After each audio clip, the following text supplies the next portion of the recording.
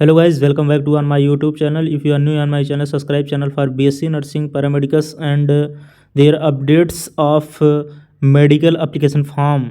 तो इस वीडियो में जानेंगे पंडित दीनदयाल उपाध्याय पशु चिकित्सक विज्ञान विश्वविद्यालय के बारे में थोड़ी सी इन्फॉर्मेशन लेंगे। एडमिट कार्ड कब आएगा, क्योंकि बहुत से स्टूडेंट जो फॉर्म अप्लाई किए हुए हैं पूछ रहे हैं एडमिट कार्ड कब आएगा और करेक्शन विंडो कब ओपन होगी। हमने आपको कई बार बताया है, जो स्टेट्स के फॉर्म होते हैं करेक्शन विंडो ओपन होने का चांस 1% होता है, 0.1%, 1% भी नहीं होता। स्टेट्स के फॉर्म में करेक्शन विंडो ओपन दोबारा नहीं होती है, सेंट्रल के ये फॉर्म नहीं है।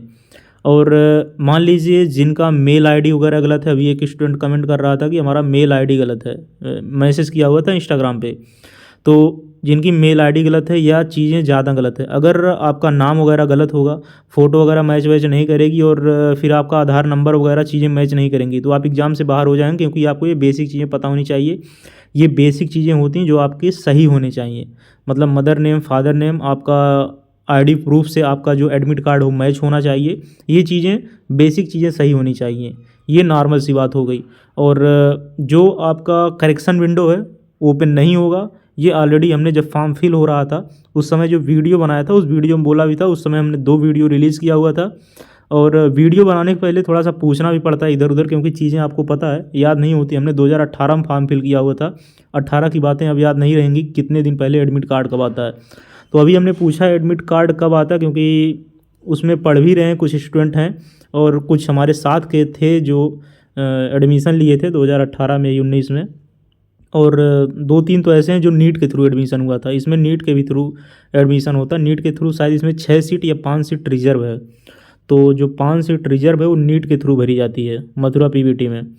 और हालांकि पीवीटी में यूपी में जितने और भी हैं, 1-2 जगह पे, शायद 3-4 जगह जो भी हैं, उसमें भी नीट के थ्रू कुछ सीटें रिजर्व होती हैं। जैसे मथुरा पीवीटी में 5 सीट हो गई, और मान लीजिए फैजाबाद वाला, वहाँ पे 5 सीट हो गई। इस प्रकार जो है 5-5 सीटें, 4-4 सीटें, 6-6 सीटें रिजर्व होती हैं और नीट के थ्रू ली जाती हैं।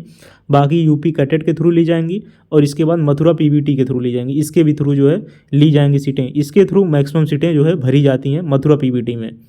तो आपको पता होगा इसके 2 एग्ज़ाम होंगे। एक अभी आप जो एग्ज़ाम देंगे, जो स्टूडेंट इस एग्ज़ाम में अपीयर करेगा, जो क्वालिफाई करेगा, वो नेक्स्ट एग्ज़ाम देगा। वो एग्ज़ाम जो होगा, जो सेकंड पेपर होगा, वो होगा मथुरा में ही।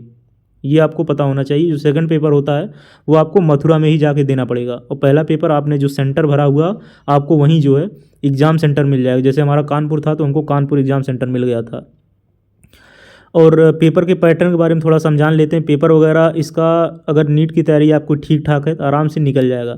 हालांकि एनसीईआरटी से थोड़ा हट के पूछता है। रमेश गुप्ता, एमसी कौशिक वगैरह जो पढ़े होंगे वो जान रहे होंगे, वहाँ से भी चीज़ें रखता है। तो हमने भी जब फॉर्म फिल किया हुआ था, पहले के जो स्टूडेंट हमारे मतलब जो साथ के थे, हमारे सीनियर्स वगैरह थे, तो उनका आराम से सिलेक्शन हो गया था। मतलब फर्स्ट में भी हो गया था, सेकंड में भी हुआ था। हालांकि उन्होंने एडमिशन वगैरह नहीं लिया था, लेकिन जो चीज़ें पूछता है, हमने जो पेपर फेज किया हुआ है और आपको चीज़ें बता रहे हैं। और जो स्टूडेंट अभी लेटेस्ट पेपर दिए हुए थे और उनसे पूछकर जो निकला हुआ है रिजल्ट, तो थोड़ा सा नीट से हट के पूछता है। लेकिन ऐसा नहीं कि आपको क्वेश्चन आएगा नहीं, क्वेश्चन भली भांति के बारे में आप परिचित होंगे। ऐसा एक भी सिंगल क्वेश्चन नहीं होगा जो सिलेबस के बाहर या उस क्वेश्चन के बारे में आप नहीं जान रहे होंगे। सारे क्वेश्चंस आपको आ रहे होंगे और आप क्वेश्चन को भली भांति जान रहे होंगे। क्वेश्चन को आप सॉल्व भी कर ले जाएंगे, लेकिन 2 ऑप्शन में कभी काल कन्फ्यूजन हो जाता है। ऐसे क्वेश्चंस इसमें थोड़ा ज़्यादा आते हैं, तो ऐसे क्वेश्चंस इसमें होते हैं। और पेपर ज़्यादा लेंदी नहीं होता है, पेपर लेंदी नहीं होता है। पेपर लगभग ऑन एवरेज सेम होता है और आराम से आप जो है 3 घंटे में पेपर सॉल्व कर। एडमिट कार्ड जो आपका है वो 4 से 5 दिन पहले आ जाएगा। मान लीजिए 1 हफ्ते पहले एडमिट कार्ड आ जाता है, क्योंकि हमने जब 2018 में फॉर्म फिल किया था तो उस टाइम फ़ोन वगैरह तो था नहीं, तो एडमिट कार्ड मेल वगैरह पाता नहीं था। तो हालांकि इसका एडमिट कार्ड मेल पे ही आता, आपकी जो मेल आईडी होगी उस पर मैसेज आ जाएगा। हालांकि आप डाउनलोड भी कर सकते हैं, उसको डाउनलोड भी कर सकते हैं। ये आप वेबसाइट से ही डाउनलोड कर सकते हैं। ऐसा आप नहीं सोचिए कि एडमिट कार्ड जो है वो मेल पे आएगा, हमारी मेल आईडी गलत है तो हम एडमिट कार्ड कहाँ से डाउनलोड करेंगे।